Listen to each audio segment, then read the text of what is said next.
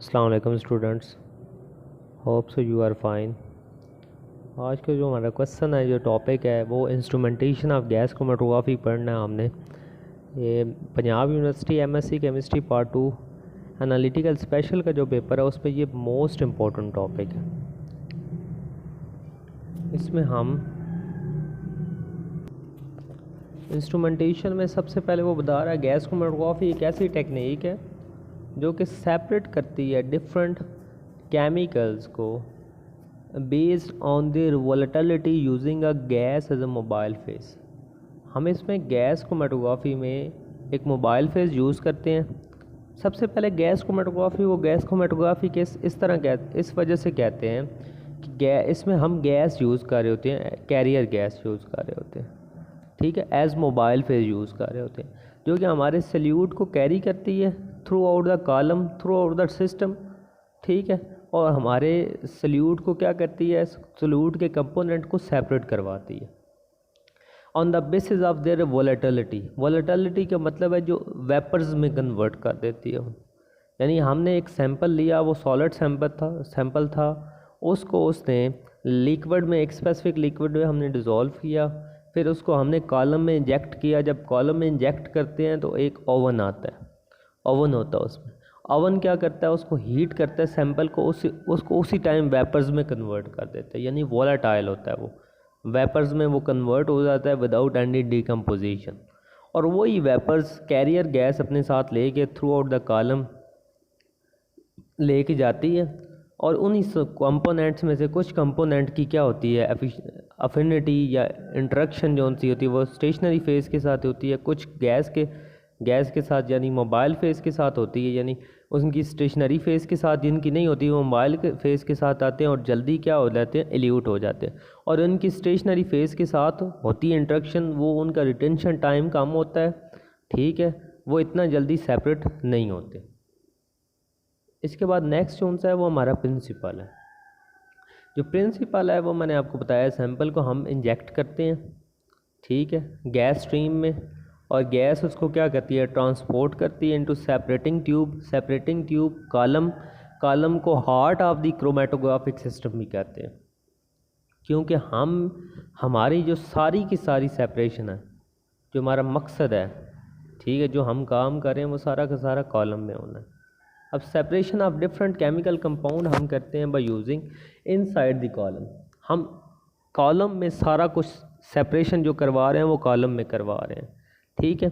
इसमें हम जो कैरियर गैस यूज़ कर रहे होते हैं वो मोस्टली हीलियम होती है, ठीक है, कैरियर गैस यूज़ होती है, या हीलियम होती है, नाइट्रोजन होती है, उसको कैरियर गैस यूज़ कर रहे होते हैं।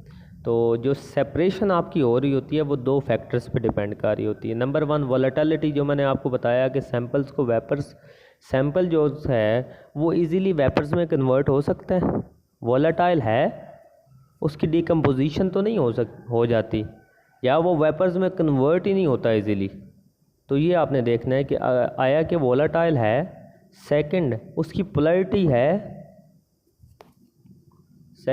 पोलैरिटी है, आपके जो है अंदर स्टेशनरी फेज़ है या मोबाइल फेज़ है, आपके जो सैंपल जो आपने लिया हुआ है उसकी स्टेशनरी फेज़ के साथ या मोबाइल फेज़ के साथ इंटरेक्शन है उसकी। तो दो फैक्टर्स हैं इसके सबसे पहला जो फैक्टर है वो वोलेटिलिटी है कि आया कि वोलेटाइल है या नहीं है, और सेकंड वन पोलैरिटी है।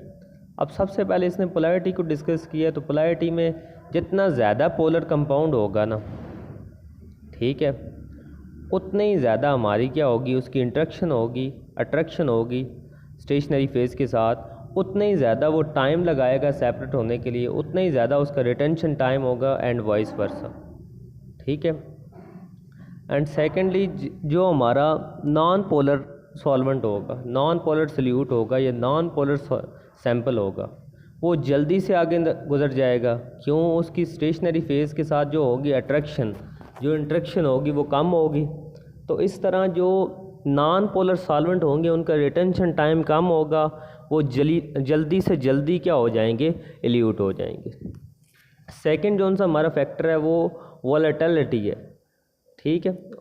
जितने हमारा कंपाउंड ज़्यादा वोलेटाइल होगा उतनी अच्छी तरीके से वो क्या होगा, सेपरेट होगा उतना जल्दी वो सेपरेट होगा, ठीक है, उतना ही वो उसका रिटेंशन टाइम क्या होगा, कम होगा, ठीक है, एंड वाइस वर्सा।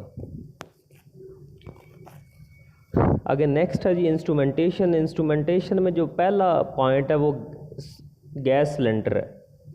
अब हमने इसमें सिलेंडर एक लिया होता है जिसमें हमने कंप्रेस हुई हुई हाई प्रेशर गैस ली हुई होती है, जिसे हम कैरियर गैस भी कहते हैं, जिसे हम मोबाइल फेस भी कहते हैं, जिसके साथ हमने एक प्रेशर रेगुलेटर लगाया होता है।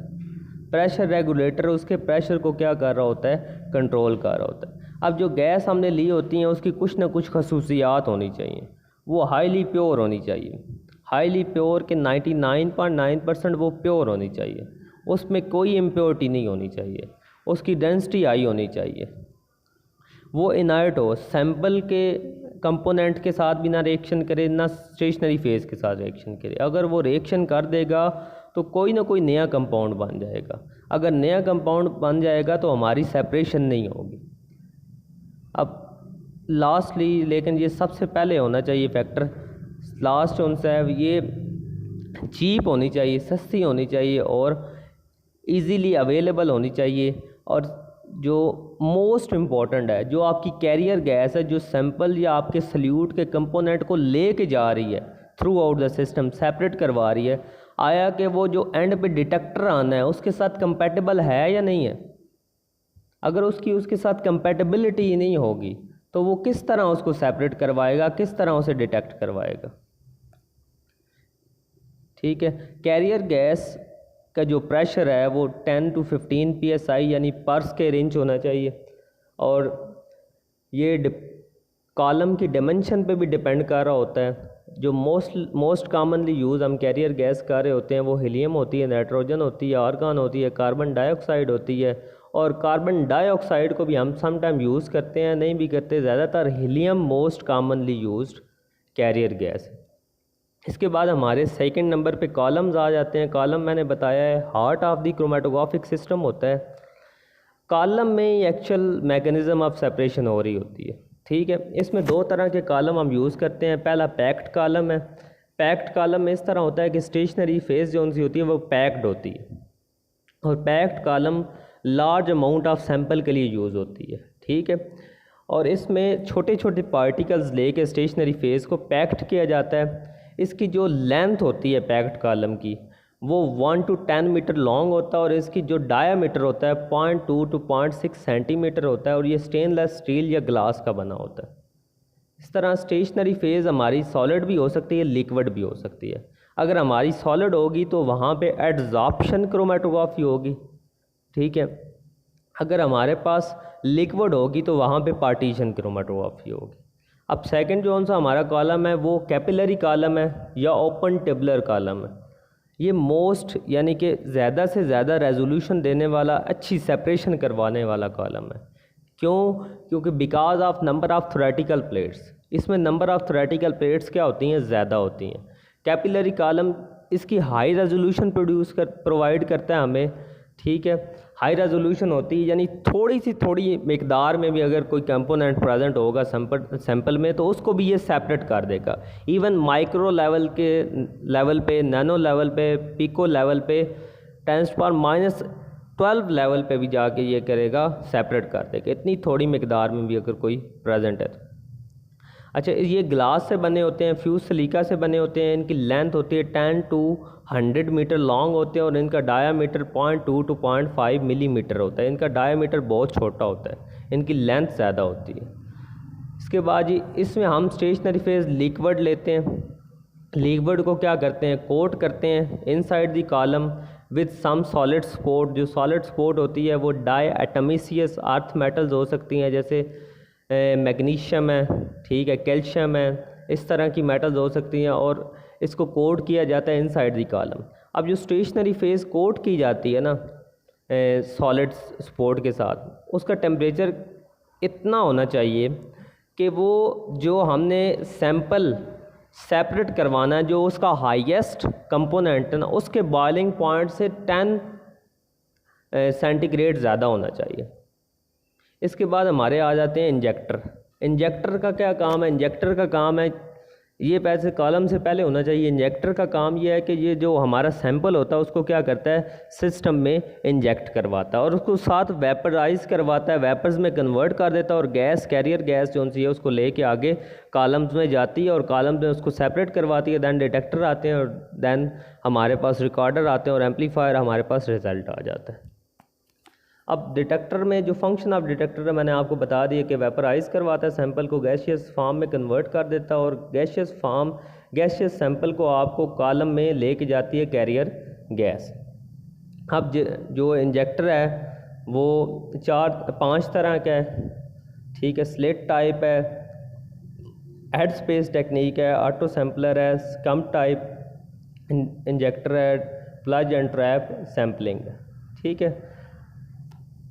जो स्कम्प टाइप है इसमें हमारे पास एक स्कम्प होता है, उसमें हम सिरिंज के थ्रू सैंपल को इंजेक्ट करवाते हैं। वहाँ पे हमारे पास कैरियर गैस भी होती है, ठीक है। एक तरफ से कैरियर गैस लेके जाते हैं, एक तरफ से यहाँ पे वेपराइजेशन चैम्बर आप देख रहे हैं। वेपराइजेशन चैम्बर में जब सैंपल जाता है तो वेपरेट होता है और वहाँ से सीधा किधर जाता है, कॉलम में जाता है, ठीक है। यहाँ पे टेम्परेचर हम हाई रखते हैं और यहाँ पे बैंड ब्रॉडनिंग की हमारी या तो टेलिंग हो जाती है या फ्रंटिंग हो जाती है, जो हमारे पास एंड पे पीक आती है, ठीक है। वो ज़्यादा या तो ज़्यादा बड़ी हो जाती है, ठीक है, यानी या तो उसमें टेलिंग हो जाती है या फ्रंटिंग हो जाती है। तो उसको बचाने के लिए यहाँ पे टेम्परेचर हमने क्या रखा होता है, बहुत ज़्यादा हाई रखा होता है। इसके बाद हमारा स्लिट टाइप है। स्लिट टाइप में इस तरह है कि हमारा जो होता है स्प्लिट टाइप है, सॉरी स्लिट नहीं है, स्प्लिट टाइप है, ठीक है। स्प्लिट टाइप में हम इस तरह करते हैं कि सैंपल का जो बहुत ज़्यादा बड़ा पार्ट है ना, यानी कि ज़्यादा पार्ट हम बेंड कर देते हैं, बाहर निकाल देते हैं और थोड़ा सा पार्ट लेते हैं जिसके थ्रू हम क्या करते हैं, सेपरेशन करवाते हैं। ये यूनिवर्सल है और ये मोस्ट कॉमनली यूज इंजेक्टर है जीसी में, ठीक है। तो इसके एडवांटेजेस ये हैं कि नैरो इंजेक्टर है, इसमें यूनिफॉर्म फ्लो प्रोफाइल होती है, मिनिमम कॉलम पोल्यूशन होती है, ये ट्रेस एनालिसिस के लिए नहीं यूज़ होता। इसके डिसएडवांटेजेस हैं, क्रिटिकल डिज़ाइन है, discrimination of high boiling components और ऑटो सैम्पलर ये है कि हमारे पास एक सैंपल उसने सिरिंज ने ऑटोमेटिकली उसमें भरा है और क्या किया, सिस्टम में इंजेक्ट कर दिया। फिर दूसरी बार वो अगले सैंपल को उसने लिया है, अगले सैंपल को एक दफ़ा ले के फिर उस सिरिंज को क्या किया, रिंस किया, ताकि उसमें जो पहला सैंपल हमने लिया था वो उसमें उसके ट्रेसेस ना आ जाएं। एक दफ़ा रिंस करेगा, उसके साथ फिर अगला सैंपल लेगा, फिर उसमें इंजेक्ट कर देगा। अगला जो है ना हमारा पार्ट वो है हमारा डिटेक्टर का। अब डिटेक्टर जो सा है फाइनलाइज जो मोस्ट इम्पॉर्टेंट कंपोनेंट है, एक कॉलम है, एक डिटेक्टर है, हैं तो सारे ही पार्ट इम्पॉर्टेंट, लेकिन ये मोस्ट इम्पॉर्टेंट है, ठीक है। डिटेक्टर जो है ना, डिटेक्टर क्रोमेटोग्राफी डिटेक्टर एक डिवाइस है जो कि गैस में मौजूद, हमारे कैरियर गैस में मौजूद जो से कंपोनेंट होते हैं ना, जो सैंपल के कंपोनेंट होते हैं जो सेपरेट हुए होते हैं, उसको क्या करता है, उसको डिटेक्ट करता है, ठीक है। और हमें एक सिग्नल देता है, सिग्नल आगे एम्पलीफायर से आगे रिकॉर्डर के पास जाता है, रिकॉर्डर उसको क्या कर लेता है, डिटेक्ट करता है और हमें एक ग्राफ प्लॉट कर देता है in the form of peaks, ठीक है। अब आगे फर्दर जो नंबर 1 डिटेक्टर है उसमें फ्लेम आयनाइजेशन डिटेक्टर है। फ्लेम आयनाइजेशन जो सा है ये मैस सेलेक्टिव डिटेक्टर है, ये रिस्पांस करता है, ठीक है। इसका रिस्पांस डिपेंड करता है कंडक्टिविटी पावर ऑफ आयन, ठीक है, और electron provided on the burning of organic. इसमें हम एक ऑर्गेनिक कंपाउंड लेते हैं, कार्बन कंटेनिंग कंपाउंड होता है, वो एक अपने आयन्स प्रोड्यूस करता है, उसकी आयनाइजेशन हो जाती है, उससे इलेक्ट्रॉन निकलते हैं, इलेक्ट्रॉन जाके, ठीक है, इलेक्ट्रॉन जाते हैं, ठीक, आगे हमारे फ्लेम में क्या होता है, बर्निंग होती है उसकी, उससे इलेक्ट्रॉन प्रोड्यूस होते हैं। इलेक्ट्रॉन क्या होते हैं, कलेक्टर पे जाके हिट करते हैं और हिट से हमें सिग्नल मिलता है जिसको हम मेजर कर लेते हैं, ठीक है। It is very sensitive detector, but sample जो होता है जिसने डिटेक्ट होना होता है वो कंबस्टिबल होना चाहिए, वो जल सके, ठीक है। इसकी लीनियर रेंज होती है 10⁵ to 10⁵ ठीक है। इसकी सेंसिटिविटी जो सी है अभी किस रेंज तक ये मेजर करता है, 0.1 से 20 पिकोग्राम तक ये मेजर करता है। ठीक है, ये इसका कोई रिस्पांस नहीं है इनऑर्गेनिक के बारे में, इनऑर्गेनिक कंपाउंड्स के बारे में या परमानेंट गैसेस के बारे में, like CO, carbon dioxide, ammonia, nitrogen, ठीक है, कार्बन सल्फाइड हो कार्बन डाइऑक्साइड होगी, ये वाली गैसेस जो परमानेंट गैसेस हैं, इसके बारे में इसका कोई यानी कि रिस्पांस नहीं होता। ये वाइडली यूज्ड डिटेक्टर है इन गैस क्रोमेटोग्राफी। अब जो हमारा है ना नेक्स्ट डिटेक्टर, वो है थर्मल कंडक्टिविटी डिटेक्टर। ये एक कंसंट्रेशन डिपेंडेंट डिटेक्टर है, ये नॉन डिस्ट्रक्टिव डिटेक्टर है, यानी इसमें हमारा जो सैंपल है वो बर्न नहीं होगा। फ्लेम आयनाइजेशन डिटेक्टर वो डिस्ट्रक्टिव टाइप था, उसमें हमारा जो सैंपल था वो बर्न हो जाता था। ये जो TCD भी इसको कहते हैं, और फ्लेम आयनाइजेशन डिटेक्टर को हम FID भी कहते हैं। फ्लेम आयनाइजेशन डिटेक्टर को हम FID भी कहते हैं, ठीक है। तो ये यूनिवर्सल डिटेक्टर है, यानी ऑल टाइप ऑफ कंपाउंड के लिए ये क्या होता है, ये यूज़ हो सकता है, ठीक है। अब ये इसका रिस्पांस जो डिपेंड करता है, यानी देखो एक तरफ से कैरियर गैस जाती है, इसमें दो सेपरेटिंग कॉलम्स होते हैं, यानी कि दो इसमें पार्ट्स होते हैं। एक में सिर्फ कैरियर गैस जा रही है और एक फिलामेंट में दो इसमें फिलामेंट होते हैं। एक में सिर्फ कैरियर गैस जाती है और दूसरे में carrier gas plus eluted components जा रहे होते हैं। अब जो उन दोनों के दरमियान में कंडक्टिविटी डिफरेंस आता है, उससे हम क्या करते हैं, सिग्नल को मेजर करते हैं और हमारे पास सिग्नल मेजर हो जाता है और हमारे पास एक वैल्यू आ जाती है, ठीक है। इसकी जो लीनियर रेंज है ये 10⁵ to 10⁶ होता है। सेंसिटिविटी इसकी 5 to 20 नैनोग्राम तक है। ये इनऑर्गेनिक गैसेस के बारे में क्या करता है, रिस्पांस करता है, उनको डिटेक्ट करने के लिए यूज़ होता है, like carbon dioxide, carbon monoxide, N2NH3, ठीक है, CS2, ठीक है। अब इसकी जो एडवांटेजेस हैं, एडवांटेजेस इस तरह हैं कि सैंपल नॉट वेस्टेड, इसमें जो सैंपल होता है वो वेस्ट नहीं होता, इजीली ऑपरेट है। अब अदर भी डिटेक्टर हैं जो कि हम यूज़ कर सकते हैं गैस क्रोमेटोग्राफी में। यहाँ पे जो इंस्ट्रूमेंटेशन वाला सवाल है वो 15 नंबर का आता है, या 13 नंबर का आता है, या 20 नंबर का आता है। तो 20 नंबर में, 15 नंबर में, 12 नंबर में आप इतना लिख देंगे हर एक कंपोनेंट को, तो इतना काफ़ी है, ठीक है। इसके बाद इसके अलावा जो डिटेक्टर हैं वो इलेक्ट्रॉन कैप्चर डिटेक्टर है, फ्लेम फोटोमेट्रिक डिटेक्टर है, इलेक्ट्रोलाइटिक कंडक्टिविटी डिटेक्टर है, फोटो आयनाइजेशन डिटेक्टर है।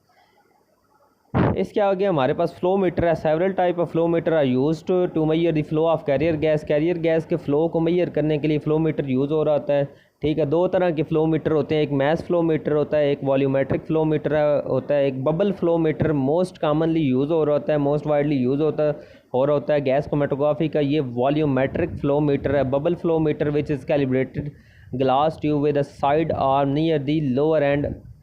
इसमें एक ग्लास ट्यूब होती है जिसमें जो के साइड आर्म यानी इसके लोअर एंड के साथ लगी होती है। और ये फ्लो मीटर का बेसिकली मकसद ये होता है कि क्या कहता है, गैस जो आप कैरियर गैस जो मोबाइल पे यूज़ कर रहे हैं उसके फ़्लो को क्या करता है, मेजर करता है। ये फ्लो रेट्स भी आपकी एफिशिएंसी को, आपकी सेपरेशन को अफेक्ट करते हैं, जो कि आप ना सैंपल को क्या, अब देखो फॉर एग्ज़ाम्पल मैं कहता हूँ फ्लो रेट आपने इतना ज़्यादा रख दिया कि वो स्टेशनरी फेज़ का और उन कंपोनेंट्स का इंट्रक्शन ही नहीं हो सका। वो ऐसे गैस आई, ऐसे कॉलम में से गुजर के आगे चली गई, ठीक है। या इतना आपने फ्लो रेट कम रख दिया कि वो आहिस्ता सेपरेट। आपने मॉडरेट फ्लो रेट रखना है, मॉडरेशन के हिसाब से चलना है। इसलिए फ़्लो रेट्स को मेजर किया जाता है बाय यूजिंग फ्लो मीटर, ठीक है। इसमें मैस फ्लो मीटर है और वॉल्यूमेट्रिक फ्लो मीटर है, ठीक है। अब इसके बाद हमारा आ जाता है एम्पलीफायर एंड रिकॉर्डर। अब हमारे पास ये फ़्लो मीटर भी पहले होना चाहिए जब हमने कैरियर गैस के बारे में लिखा है। अब इसके बाद एम्पलीफायर और क्या है, डिटेक्टर। एम्पलीफायर यानी डिटेक्टर से जो सिग्नल आता है उसको क्या करता है, एम्पलीफायर एम्पलीफाई करता है इलेक्ट्रिकल सिग्नल को और उसको रिकॉर्ड करता है रिकॉर्डर। और हमारे पास ग्राफ आता है in the form of peaks. एक ग्राफ आ जाता है जिससे हमें पता चलता है जितनी पीक्स आती हैं उतने उसमें क्या है, कंपोनेंट्स प्रेजेंट होते हैं। वहाँ से हम रिटेंशन टाइम और ये सारी चीज़ें कैलकुलेट करते हैं। वो हमारा आज का टॉपिक नहीं है, इंस्ट्रूमेंटेशन वाला टॉपिक था। आगे हम देखो सबसे पहले क्या है, गैस सिलेंडर है, फिर इंजेक्टर है, ऊपर से सिरिंज के थ्रू हम क्या कर रहे हैं, उसको इंजेक्ट कर रहे हैं। ठीक है, इसके बाद हमारा कॉलम है जिसको हम हार्ट ऑफ क्रोमेटोग्राफिक सिस्टम कहते हैं। कॉलम के बाद हमारे पास क्या है, डिटेक्टर है, डिटेक्टर के बाद एम्पलीफायर, एम्पलीफायर के साथ हमारा क्या है, रिकॉर्डर है। ये हमारे पास ओवरऑल गैस क्रोमेटोग्राफी की इंस्ट्रूमेंटेशन है। ठीक है, हमने इसको ड्रॉ की है। यहाँ तक ही हमारा ये मोस्ट इम्पॉर्टेंट क्वेश्चन है, पंजाब यूनिवर्सिटी में 3 से 4 दफ़ा 15 नंबर का 12 नंबर का आ जाता है अक्सर। ठीक है, इंस्ट्रूमेंटेशन पूछ लेता है गैस क्रोमेटोग्राफी की। तो यहाँ तक ही, थैंक यू।